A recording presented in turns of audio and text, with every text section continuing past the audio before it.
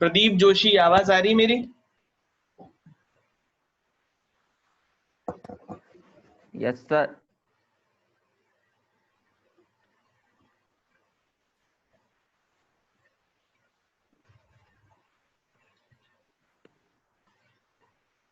प्रदीप जोशी, आवाज आ रही? Yes sir, आ रही है आवाज। सभी को ग्रुप में शेयर कर दो। कौन सी ब्रांच है तुम्हारी? इलेक्ट्रॉनिक्स एंड कम्युनिकेशन है सर। अच्छा, electronics and first year student हो? सर अब सेकेंड ईयर में, मतलब जीपी मिल गया उसके बाद। आप ही सेकेंड ईयर में आए हो? गुड। सभी को हाँ जी सर। कर दो शेयर ग्रुप में। ओके सर, मैं बोलता हूँ।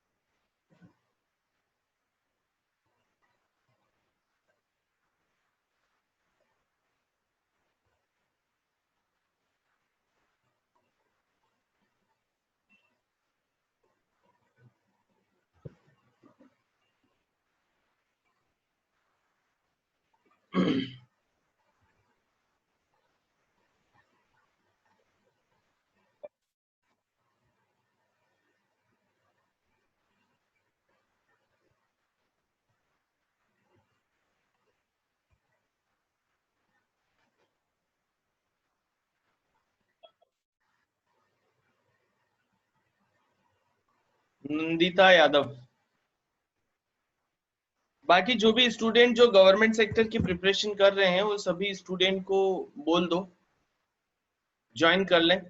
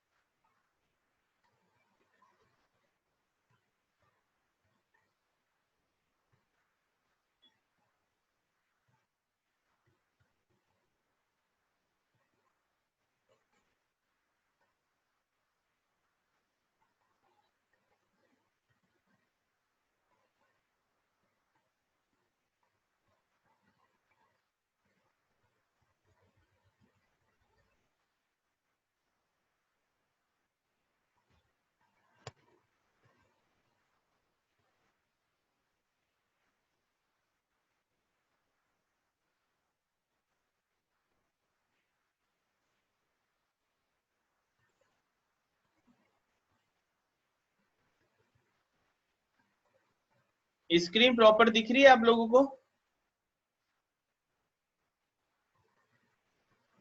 Yes yes sir, sir. दिख रही है। दिख रही?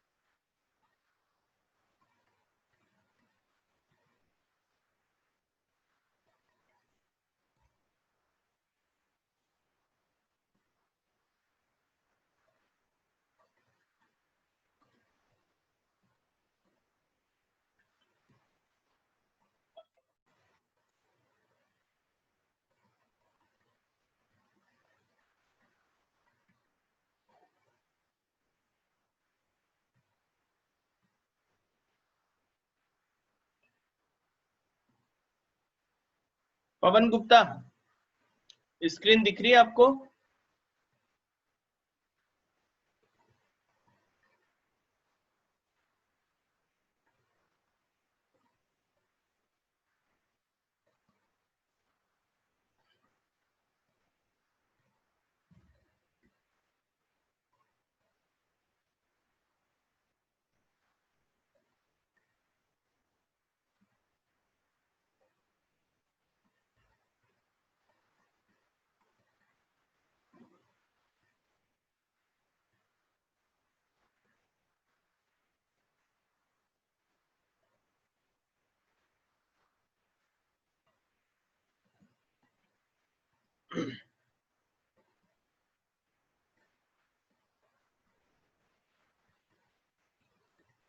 देखिए, आज का जो सेशन है वो बहुत इंपॉर्टेंट सेशन है।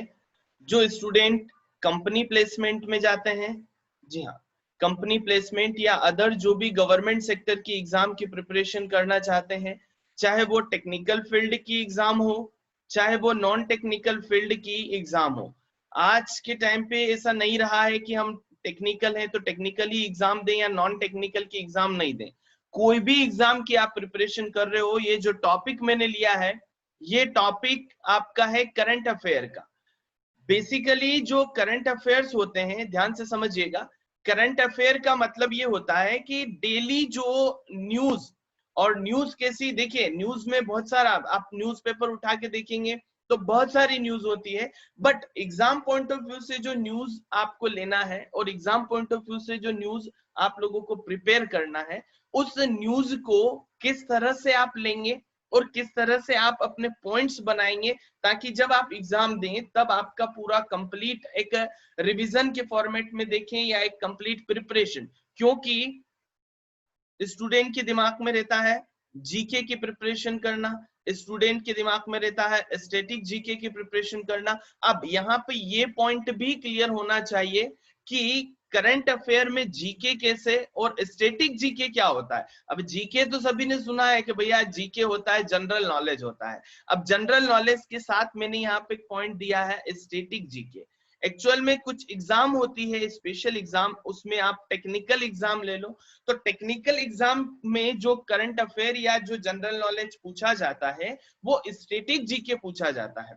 स्टैटिक जीके का मतलब ये होता है कि जो ऑर्गेनाइजेशन या फिर कोई भी टॉपिक हो, जिस टॉपिक करंट में जो न्यूज में रहा है उससे रिलेटेड जो चीजें वहां की बदलती नहीं है। जैसे एग्जांपल के लिए अगर हम देखें कि डब्ल्यूएचओ अगर इंफॉर्मेशन में आया है, न्यूज में आया है, तो डब्ल्यूएचओ से क्या करंट न्यूज तो उसकी बन गई कि यार कोविड-19 में ये चीज हुई थी, डब्ल्यूएचओ को बाहर कर, डब्ल्यूएचओ से अपने आप की मेंबरशिप जो है यूएसए ने बाहर ले ली है। बट इसके साथ WHO का जो है फॉर्मेशन कब हुआ है, WHO कब बना है, WHO क्या है, इसकी वो चीजें, इसके बारे में वो इंफॉर्मेशन जो कभी चेंज नहीं होती है।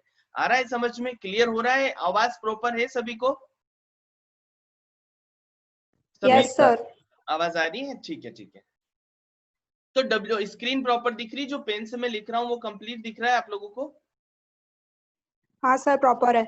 ओके ओके ठीक है। अब WHO जैसे हमने देखा तो WHO का जो हेडक्वार्टर कहाँ पे है, WHO का हेडक्वार्टर कहाँ है, WHO का फॉर्मेशन कहाँ हुआ था, कौन कौन से मेंबर कंट्रीज है WHO के, ये चीज आ जाती है आपकी स्टैटिक जीके में।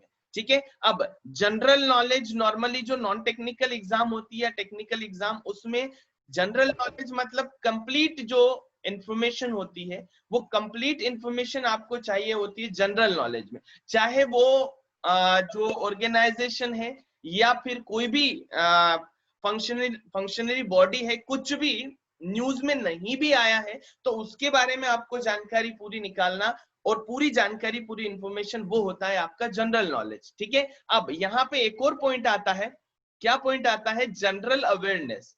बहुत सारे स्टूडेंट बोलते हैं या बहुत सारे जो क्लासेस होती है वो बोलते हैं जनरल अवेयरनेस, स्टैटिक जीके और जीके, तीन चीजें यहाँ पे दिख रही है। तो जीके, स्टैटिक जीके और जनरल अवेयरनेस में क्या, तो जनरल अवेयरनेस में बेसिकली जो इंफॉर्मेशन आपकी करंट में आई है उसके बारे में पूरी जानकारी आपको रखना, वो आता है जनरल अवेयरनेस। अब जनरल अवेयरनेस में करंट के साथ साथ क्या चीज आ जाती है, जैसे अगर साइंस एंड टेक्नोलॉजी की अगर बात करें तो साइंस में जो बायोलॉजी सब्जेक्ट होता है, विटामिन सी का क्या रोल होता है, विटामिन सी से कौन सी बीमारी ठीक होती है, ओवरऑल जो आपके आसपास का जो वातावरण होता है और आपके आसपास जो घटनाएं होती है या चीजें जो होती है उनके बारे में इंफॉर्मेशन आपको रखना, वो आ जाता है जनरल अवेयरनेस। कुल मिला के अगर हम बात करें यहाँ पे ओवरऑल चीजों की, ओवरऑल चीजों की अगर बात करें तो general knowledge, general awareness, static GK और जनरल अवेयरनेस और करंट अफेयर, तो इन सभी से अगर बात निकाल के आए सामने तो ये है कि अगर आप रोज का, डेली का जो न्यूज़पेपर है, डेली का न्यूज़पेपर अगर आप पढ़ते हैं और न्यूज़पेपर को पढ़ के उसकी इंफॉर्मेशन या उसके जो पॉइंट्स है वो निकाल के आप नोट डाउन कर लेते हैं तो डेफिनेटली आपको सारी चीजें प्रिपेयर हो जाती है। फिर चाहे वो कोई भी एग्जाम के बारे में आपसे पूछा हो, चाहे वो कोई भी इंफॉर्मेशन पूछी हो, चाहे आप कोई सी भी एग्जाम की प्रिपरेशन कर रहे हो, आप आराम से चीजों को कर पाएंगे, आराम से चीजों को देख पाएंगे और आपकी प्रिपरेशन जो है वो कंप्लीट हो जाएगी। अब यहाँ पे बात आती है कि मैं जो ये सेशन आपका ले रहा हूं, ये सेशन बेसिकली 4 से 5 सोर्सेस से लिया हुआ है। 4 से 5 सोर्सेस मींस दैट कि सबसे जो बड़ा सोर्स होता है आपका सारी जानकारी निकालने का वो होता है द हिंदू। ठीक है, कितने बच्चे द हिंदू पेपर पढ़ते हैं डेली? नहीं पढ़ते हैं। ठीक है, अब दूसरा है आपका PIB, ध्यान से देखें, दूसरा है आपका PIB। ये क्या है, प्रेस इंफॉर्मेशन ब्यूरो। जब आप गूगल पे जाके प्रेस इंफॉर्मेशन ब्यूरो साइट डालेंगे तो एक्चुअल में गवर्नमेंट जो प्रेस इंफॉर्मेशन जो होती है, जो रिलीज करती है, ऑथोराइज्ड साइट है ये गवर्नमेंट की, वहां पे इंफॉर्मेशन ऑथेंटिक होती है। और एक्चुअल में जो द हिंदू है, द हिंदू जो पेपर में छपता है या पेपर में जो प्रिंट होता है, जो न्यूज आती है, वो एक्चुअल में द हिंदू में PIB से ही मैक्सिमम न्यूज जो है वो ली जाती है। अब यहाँ पे न्यूज को पढ़ना कैसे है और देखना कैसे है, तो मैं लगभग ये मान के चलो कि एक वीक का जो करंट अफेयर है, कौन कौन से पॉइंट आपको ध्यान रखना है। देखिए, सबसे पहला, जब आप द हिंदू पढ़ रहे हो, मैं सारे पॉइंट और फिर न्यूज भी आपको डिटेल बताऊंगा अभी यहाँ पे। द हिंदू जैसे आपने पढ़ना चालू किया, PIB से अगर आपने इंफॉर्मेशन निकाली है, या फिर अगर हिंदी का पेपर देखें हम तो दैनिक जागरण, ध्यान से समझिएगा, दैनिक जागरण जो न्यूज़पेपर होता है उस न्यूज़पेपर से भी आप पढ़ सकते हैं। बट अल्टीमेटली जो बेसिक आपको जो चाहिए एग्जाम पॉइंट ऑफ व्यू से, वो आपको द हिंदू से मिलेगा। बिजनेस इकोनॉमिक करके भी पेपर आता है, उससे आपको मिल जाएगा। उसके साथ साथ द इंडियन एक्सप्रेस जो न्यूज़पेपर होता है वो, इसके साथ साथ the Hindu, the times of India, sorry times of India newspaper भी आप पढ़ सकते हैं। ठीक है, अब यहाँ पे बात यह आती है क्या टाइम्स ऑफ इंडिया न्यूज़पेपर पढ़े कि द हिंदू पढ़े कि दैनिक जागरण पढ़े? देखिए पेपर में सरसरी निगाहें आपको सब जगह पे डालना पड़ेगी। क्यों डालना पड़ेगी? कि कुछ इंफॉर्मेशन होती है जो वैसे मैक्सिमम, ये मान के चलें कि मैक्सिमम जो न्यूज है जो एग्जाम पॉइंट ऑफ व्यू से, competitive exam point of view से कवर होती है, वो द हिंदू की कंप्लीट 90% जो है वो कवरेज द हिंदू का आ जाता है। ठीक है, अब 90% जब कवर हो रहा है तो बस इसको आपको मैच कर लेना है पीआईबी से कि क्या पीआईबी की जो न्यूज रिलीज हुई है वो द हिंदू ने पूरी कवर करी है कि नहीं करी है। बस बाकी ये दो साइड से आप पूरा कंप्लीट कर सकते हो। यहां से देखिएगा एग्जाम कौन कौन सी आपकी कवर होगी, वो भी बहुत इंपॉर्टेंट है कि एग्जाम कौन कौन सी यहाँ पे आपकी कवर हो रही है। एक सेकेंड,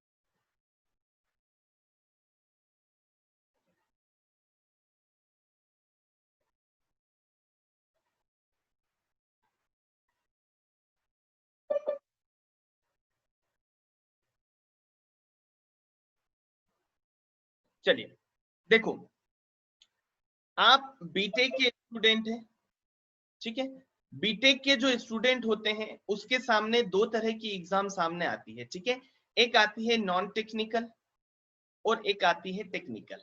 ठीक है, अब सबसे बड़ी जो एग्जाम है, और वैसे जो बीटेक वाला जो कैंडिडेट होता है, जो बीई कर रहा होता है, जो इंजीनियरिंग कर रहा होता है, वो कभी भी नॉन टेक्निकल में ऐसा नहीं है कि यार पटवारी की वैकेंसी निकली तो वो भी भर दी हमने। ठीक है, ये चीज का ध्यान रखिएगा। नॉन टेक्निकल से मतलब ये कांस्टेबल की वैकेंसी निकली तो वो भी भर दी हमने।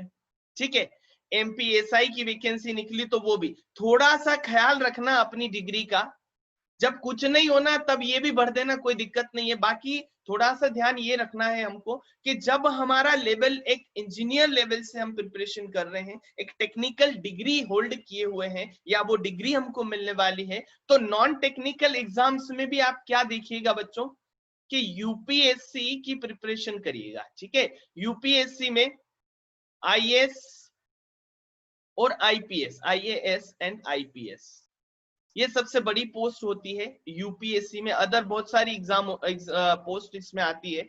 अदर जो भी बड़ी ऑर्गेनाइजेशन होती है उसकी जो रिक्रूटमेंट प्रोसेस भी है वो यूपीएससी के थ्रू होती है। अब यूपीएससी अगर नॉन टेक की बात करें तो आईपीएस और आईएएस की एग्जाम होती है। इसके साथ ही अगर हम यूपीएससी की बात करें तो यूपीएससी बीटेक वाले स्टूडेंट के लिए भी एग्जाम कंडक्ट करवाता है और उस एग्जाम को बोलते हैं हम आईईएस। क्या सुना है सभी बच्चों ने आईईएस एग्जाम के बारे में?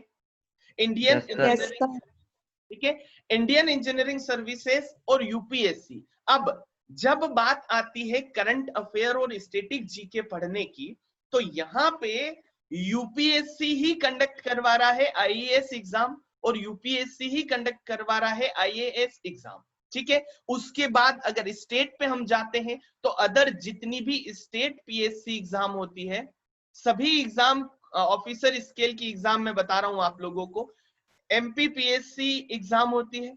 जी हाँ, इसमें इससे जो सेकेंड ग्रेड की जितनी भी वैकेंसी होती है, यूपीएससी से क्या बनता है? कलेक्टर बनता है, आईपीएस बनता है। बट डिप्टी कलेक्टर अगर बनना है, आपका एसडीएम वाली जो पोस्ट होती है वो, और जितने भी प्रशासनिक या गवर्नमेंट सेक्टर की जो सिविल सर्विसेज होती है स्टेट लेवल की सारी सिविल सर्विसेज जो है वो इस एग्जाम से आपकी कवर होती है। ठीक है, अब यूपीएससी और पीएससी चाहे कोई भी एग्जाम हो, ये लेवल आप बीटेक अगर कर रहे हैं तो एटलीस्ट ये लेवल जो है एग्जाम का आपका रखना टारगेट, बिल्कुल, और समय भी है आपके पास, टाइम भी है। अब इन एग्जाम में क्या रोल होता है करंट अफेयर का और स्टैटिक जीके का, ठीक है, यहां पर भी चाहे आप आईएएस की एग्जाम दे रहे हो, चाहे आप गेट एग्जाम दे रहे हो, चाहे अदर किसी ऑर्गेनाइजेशन जैसे इसरो है, भाभा एटॉमिक रिसर्च सेंटर है, एनटीपीसी है, ये जो ऑर्गेनाइजेशन होती है,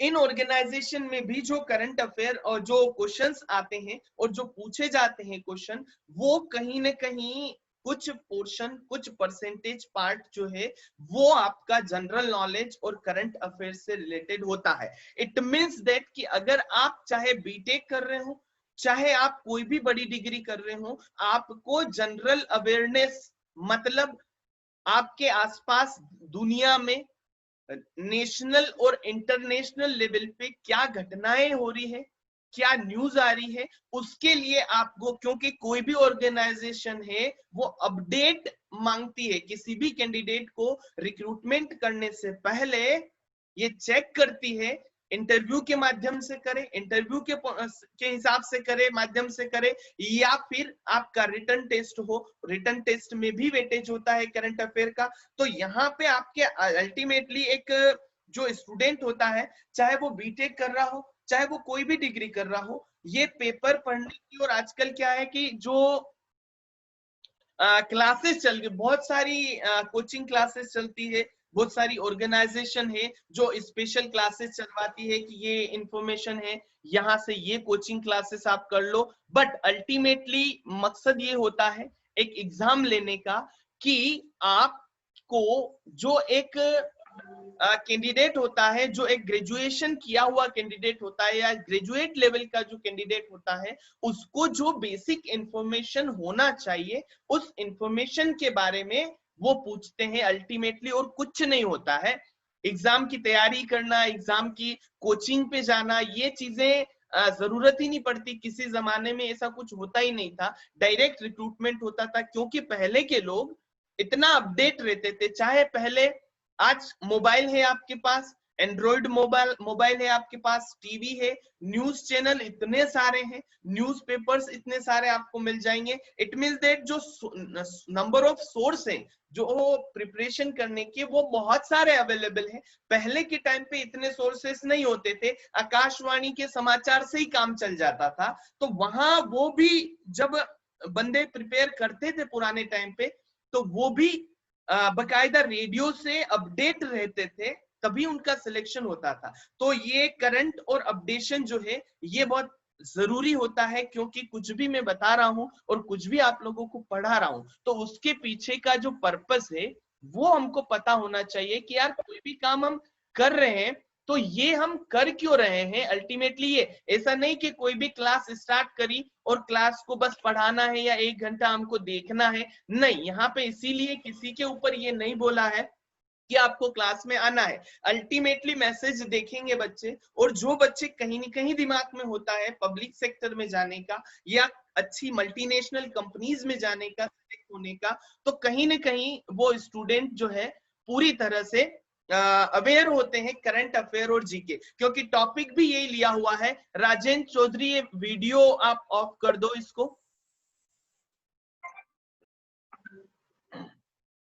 वीडियो ऑफ करके रखें, ऑडियो वीडियो सब ऑफ करके रखें। मैं जब बोलूंगा तब सारे ऑन कर लें, और एक स्क्रीनशॉट ले लेना भवानी, ठीक है। जब सबके वीडियो ऑन हो जाए तब एक बार मैं बोलूंगा, अभी बीच में चालू होने से पहले, फिर आप वहां पे स्क्रीनशॉट ले लेना सभी स्टूडेंट का, ठीक है। चलिए, ठीक है सर। अभी तक जो इन्फॉर्मेशन मैंने बताई ये समझ में आ गया आप लोगों को कि अल्टीमेटली हम ये क्लास क्यों ले रहे हैं, हमको ये क्लास क्यों पढ़ना है? सभी को क्लियर है? सभी स्टूडेंट्स को क्लियर है ये कि हम क्यों पढ़ रहे हैं? Yes sir. क्लियर यस है? सर।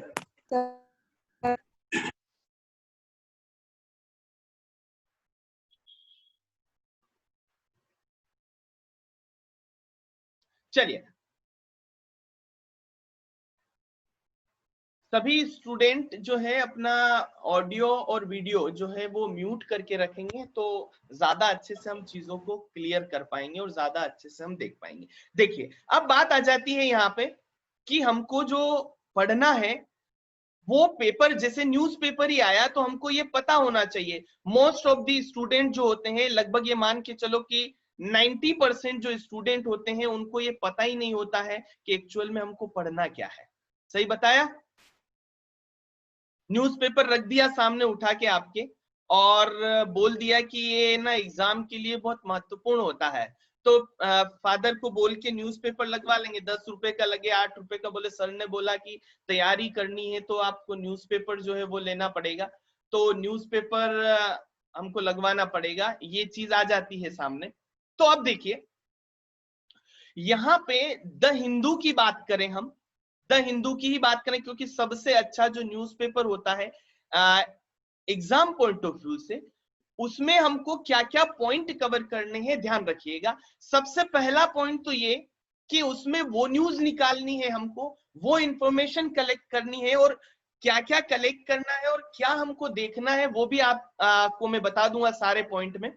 सबसे पहला तो ये कि नेशनल न्यूज पे हम जाएंगे, ध्यान से समझिएगा। नेशनल न्यूज जो हमारे राष्ट्रीय न्यूज है उसके बारे में पूरी डिटेल देखेंगे, कि एक बार में पूरे सारे पेज देखेंगे कि यार नेशनल न्यूज जो है वो कौन कौन सी है। अब नेशनल न्यूज में क्या क्या देखेंगे हम, नेशनल न्यूज में जितनी भी ऑर्गेनाइजेशन है, चाहे वो गवर्नमेंट बॉडी हो चाहे वो प्राइवेट सेक्टर हो, जी हाँ, अगर वहां पे किसी भी व्यक्ति का अपॉइंटमेंट हुआ है, ध्यान समझना, किसी भी व्यक्ति का अपॉइंटमेंट हुआ है, किसी भी व्यक्ति को नियुक्त किया गया है, तो वो ऑर्गेनाइजेशन की इंफॉर्मेशन के साथ साथ उस व्यक्ति का पूरा डिटेल। अब कोई भी व्यक्ति का, मान लीजिए कि अभी की अगर बात करूं मैं, एक एग्जाम्पल मैं यहाँ पे दे रहा हूं, एक एग्जाम्पल मैं दे रहा हूं यहाँ पे आप लोगों को, कि देखिए अभी अभी क्या हुआ था कि हमारे जो एमपी के गवर्नर हैं, एमपी के गवर्नर लालजी टंडन, सभी को पता है लालजी टंडन, ये इनकी तबीयत खराब हो गई थी, एक्चुअल में स्वास्थ्य हेल्थ इश्यू आया था, तो ये एडमिट थे, ठीक है, ये एडमिट हुए, हॉस्पिटलाइज हुए, तो जो राज्यपाल, जो गवर्नर का पूरा काम है वो किसको दिया, जो यूपी की गवर्नर है थी, यूपी की गवर्नर है अभी भी, उनको एक अतिरिक्त प्रभार दिया गया एज ए एमपी गवर्नर का भी, ठीक है, समझ में आया इतनी चीज। तो यूपी की गवर्नर कौन, आनंदीबेन पटेल, ध्यान से समझिएगा बात को। अब आनंदीबेन पटेल जो है उनको अपॉइंट किया एज ए एमपी गवर्नर। तो जितने भी लालजी टंडन जो प्रेजेंट में गवर्नर थे वो हॉस्पिटलाइज हुए, तो डेफिनेटली ये है कि अगर हॉस्पिटलाइज हुए तो वो पूरा कंप्लीट जो है अपना काम नहीं कर पाएंगे, जितना भी ऑफिशियल वर्क है, तो यूपी की गवर्नर को अतिरिक्त प्रभार दिया अलग से कि आपको ये काम भी देखना है। तो यहाँ पे देखिए बात क्या आई, अपॉइंटमेंट किसका हुआ, आनंदीबेन पटेल का हुआ। ध्यान से समझना कि अब ये आनंदीबेन पटेल का जो अपॉइंटमेंट हुआ है, अतिरिक्त प्रभार जो दिया है एज ए एमपी गवर्नर का, तो अब यहां से हम इतनी जानकारी हमको चाहिए कि हम लगभग 1 घंटा, आधा घंटा, जी हाँ, और 2 घंटे भी इस इंफॉर्मेशन से रिलेटेड जानकारी जुटाने में लग सकते हैं, ठीक है। और इसके साथ साथ जानकारी जो इंपॉर्टेंट क्या होती है, सबसे पहले तो आपको पता होना चाहिए कि आनंदीबेन पटेल का जो बैकग्राउंड है, एक्चुअल में अगर आप थोड़ा सा डीप में जाएंगे और थोड़ा सा पुरानी उनकी हिस्ट्री देखेंगे, तो जब लालजी टंडन है, जो अभी तो उनका निधन हो गया है, अभी 2 दिन पहले की ही बात है, तो ये अपॉइंट हुए थे एज ए गवर्नर एमपी के। उससे पहले आनंदीबेन पटेल जो है वो ही एमपी की गवर्नर थी, और एमपी की गवर्नर वो कहां से आई थी, वो पहली महिला मुख्यमंत्री, मतलब फर्स्ट जो महिला सीएम थी गुजरात की, जी हाँ, पहली महिला मुख्यमंत्री गुजरात की थी आनंदीबेन पटेल। और वहां से डायरेक्ट जैसे ही वहां के सीएम पद पे किसी और व्यक्ति को नियुक्त किया या चुना गया, उम्मीदवार बना, सीएम दूसरा व्यक्ति बना, तो आनंदीबेन पटेल को एज ए राज्यपाल अपॉइंट किया एमपी में, ठीक है।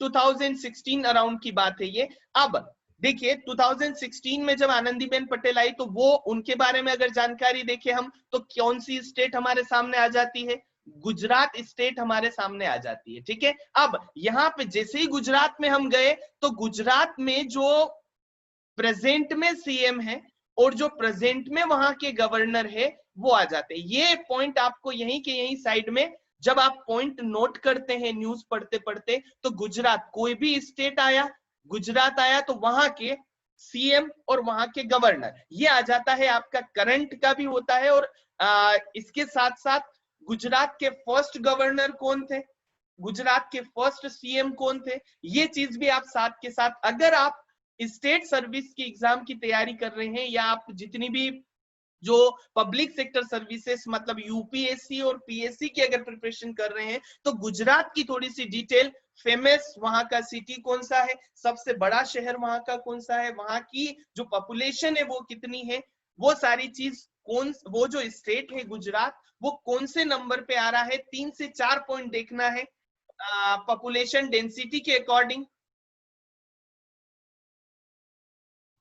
पॉपुलेशन डेंसिटी के अकॉर्डिंग अगर गुजरात का जो लेवल है, जो नंबर आ रहा है, वो आपको देखना पड़ेगा। पॉपुलेशन के अकॉर्डिंग आपको वहां का नंबर देखना पड़ेगा। इसके साथ अगर एरिया वाइज देखे कोई स्टेट को, तो एरिया वाइज भी आपको गुजरात का निकाल के रखना पड़ेगा। ये पॉइंट गुजरात के देखे। चलो, अभी जो एक्चुअल जो न्यूज आई थी और एक्चुअल जो पॉइंट हमको कवर करना था, उस पॉइंट में से ये पॉइंट निकल के आया है गुजरात वाला। चलो वापिस बैक टू जो न्यूज आई थी उस पे आ जाते हैं। अब वहां पे बात क्या हुई कि यार भैया एमपी की गवर्नर जो है वो नियुक्त किया और अतिरिक्त प्रभार दिया।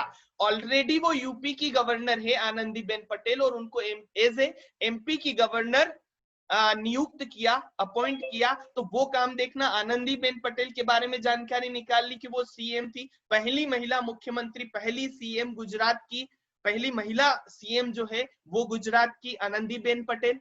फिर एमपी की गवर्नर बनी वो यहाँ पे आनंदीबेन पटेल। फिर एमपी में जब लालजी टंडन को अपॉइंट किया, 2019 की बात है, तो 2019 में जब 19 एंड की बात है, तो यहाँ पे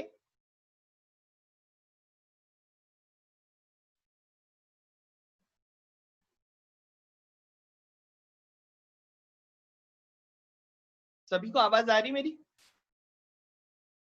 यस सर। एक सेकेंड, सेशन में कुछ प्रॉब्लम आ गई।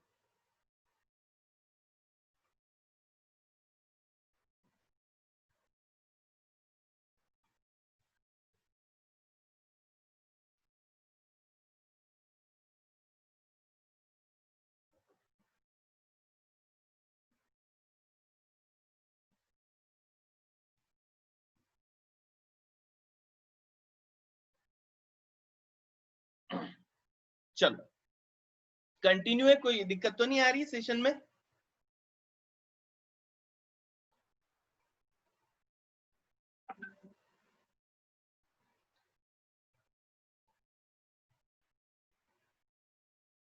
आवाज प्रॉपर आ रही है? Yes sir. आ रही ना? हाँ ठीक है। चलो, तो यहाँ पे हमने क्या निकाला, एमपी के गवर्नर के बारे में पूरी इंफॉर्मेशन निकाल ली हमने। यहाँ पे एमपी के गवर्नर लालजी टंडन थे, वो उनका निधन हो गया है। तो अभी यूपी की जो गवर्नर है आनंदीबेन पटेल। तो यहाँ समझ में आया ना कि न्यूज कौन सी आई कि आनंदीबेन पटेल को जितना भी अतिरिक्त कार्य प्रभार है एज ए गवर्नर एमपी का, वो दिया गया। उसके लिए हमने कितनी जानकारी निकाली, ये क्लियर है सभी को कि यहां से हमने कितनी इंफॉर्मेशन निकाली? चलिए अब हम देखते हैं कुछ, सभी लोग म्यूट कर लें।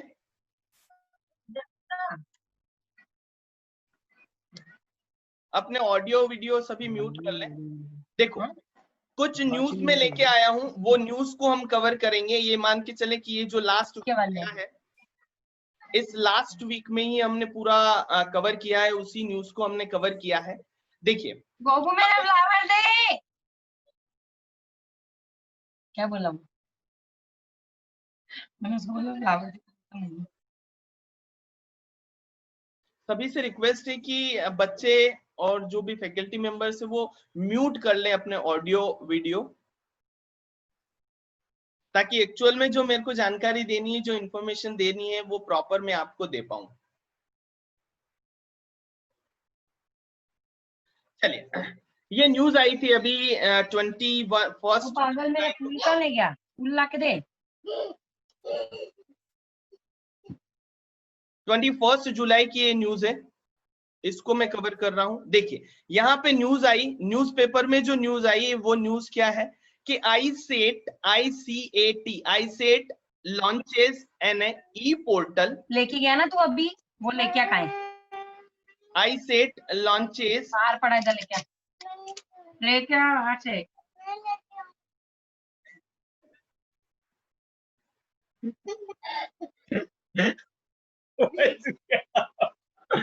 नहीं मम्मा नहीं है।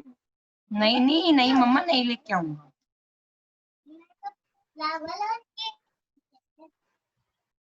आईसेट एन ई पोर्टल एस्पायर। देखिए यहाँ पे इसके बारे में जब जानकारी, अब एस्पायर नामक ई पोर्टल जो है वो लॉन्च किया। ये न्यूज कहां से ली हमने? ये न्यूज ली हमने, नेशनल न्यूज आई है, लाइट तो बंद कर लो। हिंदू की न्यूज है ये, नेशनल न्यूज।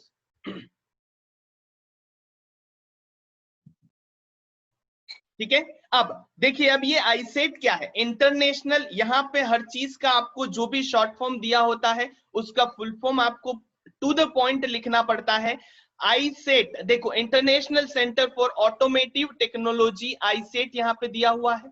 देखिए, has launched an e portal named, क्या नाम दिया, automobile solution portal for industry. तो यहाँ पे जो भी दो शॉर्ट फॉर्म एज न्यूज में दिया हुआ है जो हेडलाइन में, उसके सबसे पहले तो हमको फुल फॉर्म पता होना चाहिए। तो कुछ भी चीज हम देखने से पहले उनके पूरे कंप्लीट नाम पता होना चाहिए। ये आपको अपने जो नोटबुक होती है, जब हम करंट अफेयर और स्टैटिक जी के पढ़ना चालू करते हैं, वहां पे टू द पॉइंट आपको लिखना पड़ता है। ठीक है। अब इसी के साथ पोर्टल, यहाँ पे पूरा नाम research and education, automobile solution portal for industry research and education. अब देखिए, ये जो पोर्टल है ई पोर्टल वो लॉन्च किया। अब इस पोर्टल की बात करें यहाँ पे तो लिखा हुआ है, अब हम पूरी जो डिटेल है, मैक्सिमम चीजें अगर आप इंग्लिश में ही पढ़ेंगे और इंग्लिश में ही देखेंगे तो ज्यादा अच्छा से कवर होगा, क्योंकि बहुत सारे जो शॉर्ट फॉर्म होते हैं, ऑर्गेनाइजेशन ले लो, चाहे कोई भी चीज डेवलप हुई, चाहे कोई भी चीज लॉन्च हुई, वो इंग्लिश में ही शॉर्ट फॉर्म होता है। तो इंग्लिश में ही ज्यादातर आप पढ़ेंगे तो ज्यादा अच्छा रहेगा। अब यहाँ पे ये जो पोर्टल है, इसकी अगर जानकारी की अगर हम बात करें और जानकारी देखें और इसकी विशेषता देखें, तो इसका एक्चुअल में नाम क्या है, ये आदान प्रदान से। अब ये जो पोर्टल है, जो विशेषता है, इसमें आपका जो आदान प्रदान जो इंफॉर्मेशन है, इंफॉर्मेशन किसकी आदान प्रदान, इंफॉर्मेशन मतलब जो भारतीय मोटर वाहन है, जो जितने भी भारतीय मोटर वाहन है, यहाँ पे लिखा हुआ है automotive sector with help of exchange of knowledge expertise to make them self-reliant and to enable the growth of automobile sector। मतलब ये कि सामाजिक और आर्थिक लेवल पे अगर हम देखें तो जो ऑटोमोबाइल हमारा जो देश है उसको आत्मनिर्भर बनाने के लिए देश के जितने भी सामाजिक और आर्थिक जो डेवलपमेंट हो रहा है, जो ग्रोथ हो रही है ऑटोमोबाइल क्षेत्र में, उसके विकास को सक्षम करने के लिए इसको लॉन्च किया गया। अरे बिल्ली, अबे घूमने गई है। पोर्टल है, इसका objective समझ में आ गया? ये एक्चुअल में किसी का, सन्या, हाँ सर ये नहीं है। किसी की आवाज बीच में आ रही है, आपकी आवाज क्लियर नहीं हो पा रही है। अच्छा अच्छा, एक सेकेंड। तेकू का पता है का? तेकू का पता है का? तेकू पता है का?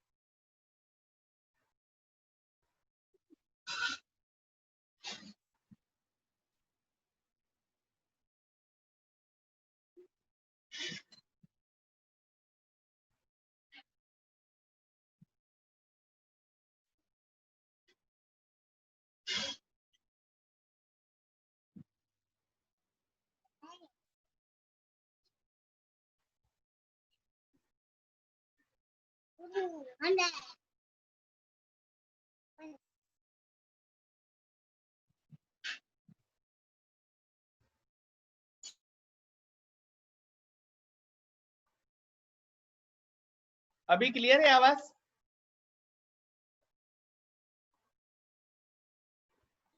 जी सर। हाँ ठीक है,